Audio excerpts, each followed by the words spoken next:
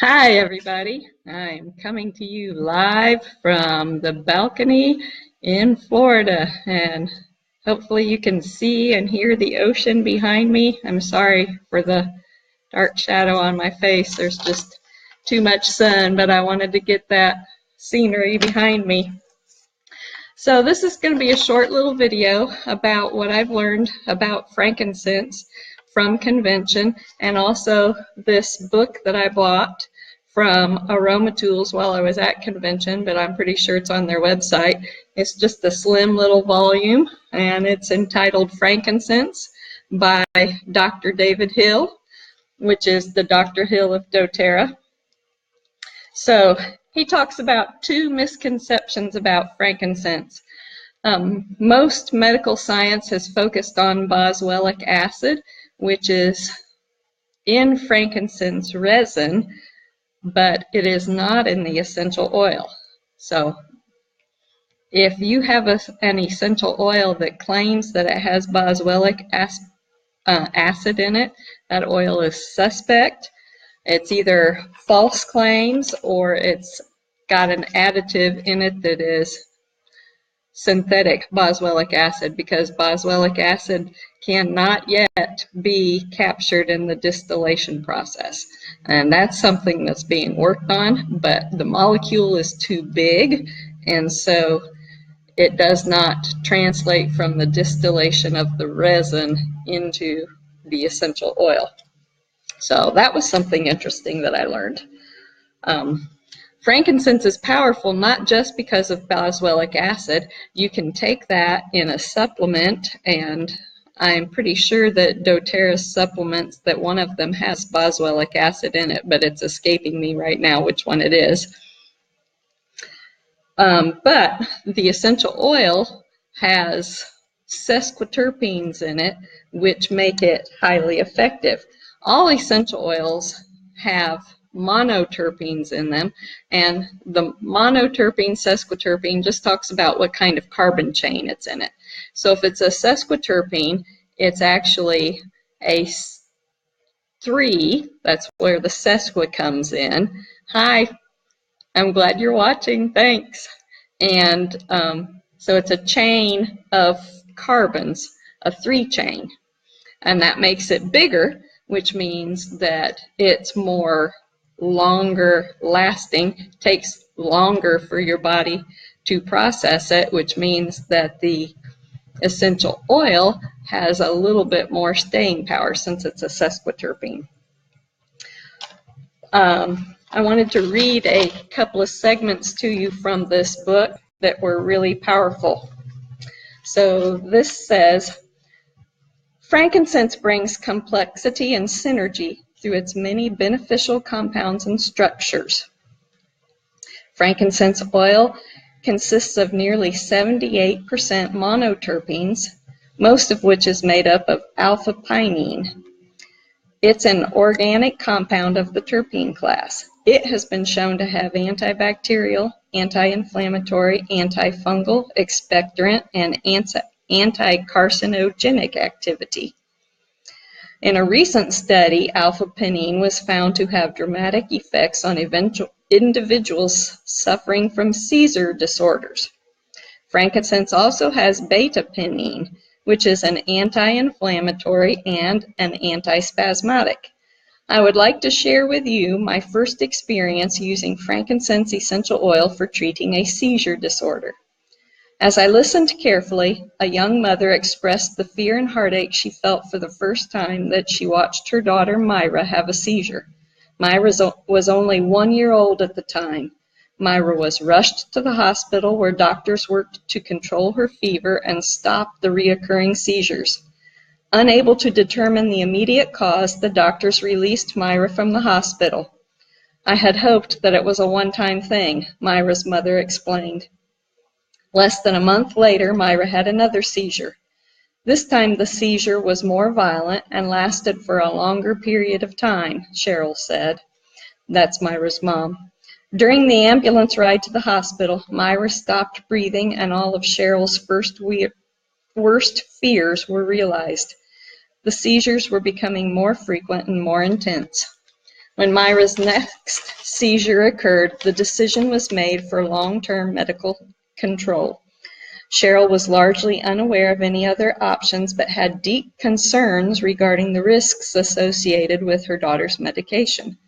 Through a mutual friend, Cheryl had come to my office, this is Dr. Hill speaking, looking for an alternative.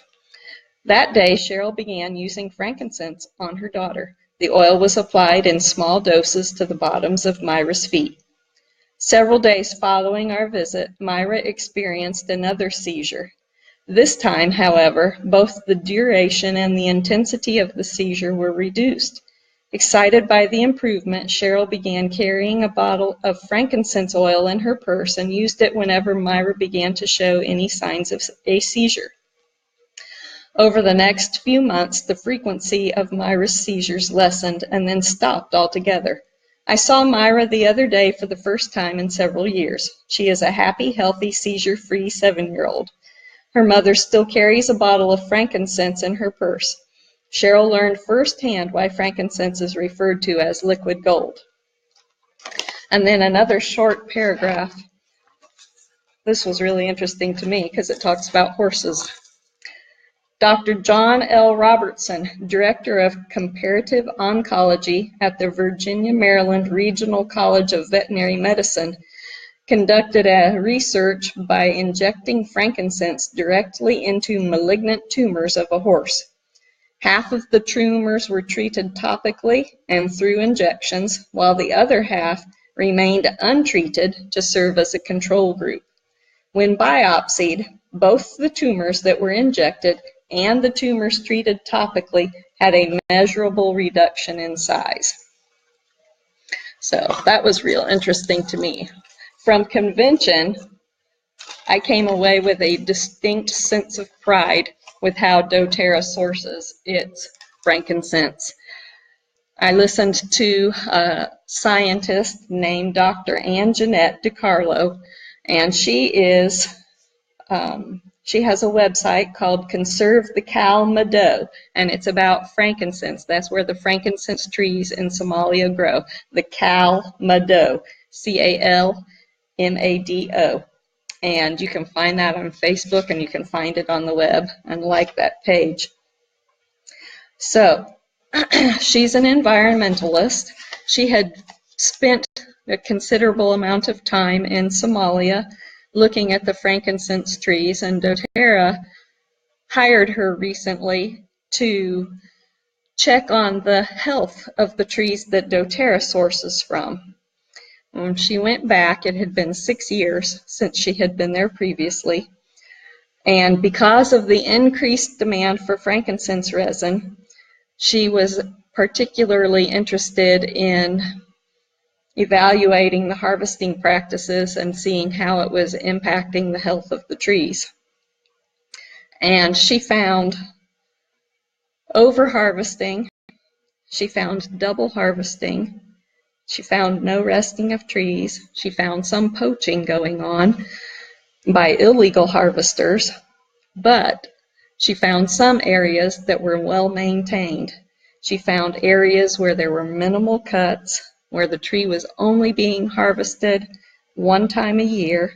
It was getting rotational cutting and resting. I learned a lot about how frankincense is harvested. They actually have to make a cut in the tree, and the resin weeps then, and they're actually called frankincense tears, and they're cut off of the tree. There's a whole grading process for the type of tear and the quality that it is.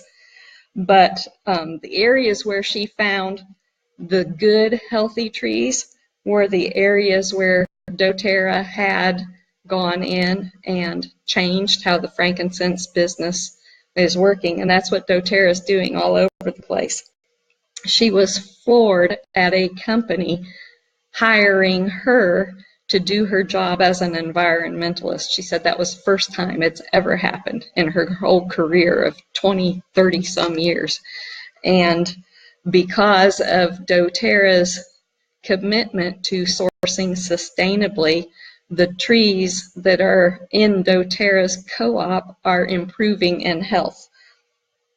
And so I found that to be very encouraging, and I'm proud of the fact that doTERRA is concerned not with how much frankincense they can make, but with how they can keep their source sustainable so that the trees are healthy, so this can continue on for more people to find out about the wonders of frankincense.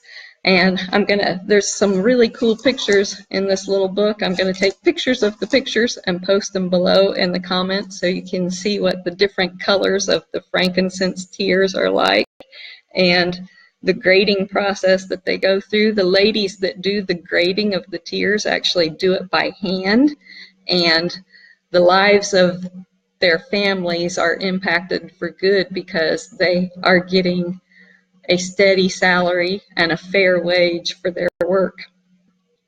And I've also found it interesting to know that doTERRA uses just the very first quality of tears for doTERRA's essential oils. The rest of the resin they release to the world market. So, and it goes out to wherever. But doTERRA keeps the very best, the superfine tears, for what they make their essential oil out of. And I found that to be very interesting too. So I hope y'all found some good information in this. And if you don't have a bottle of frankincense oil yet, you need to get one. It's wonderful. Talk to you later. Bye.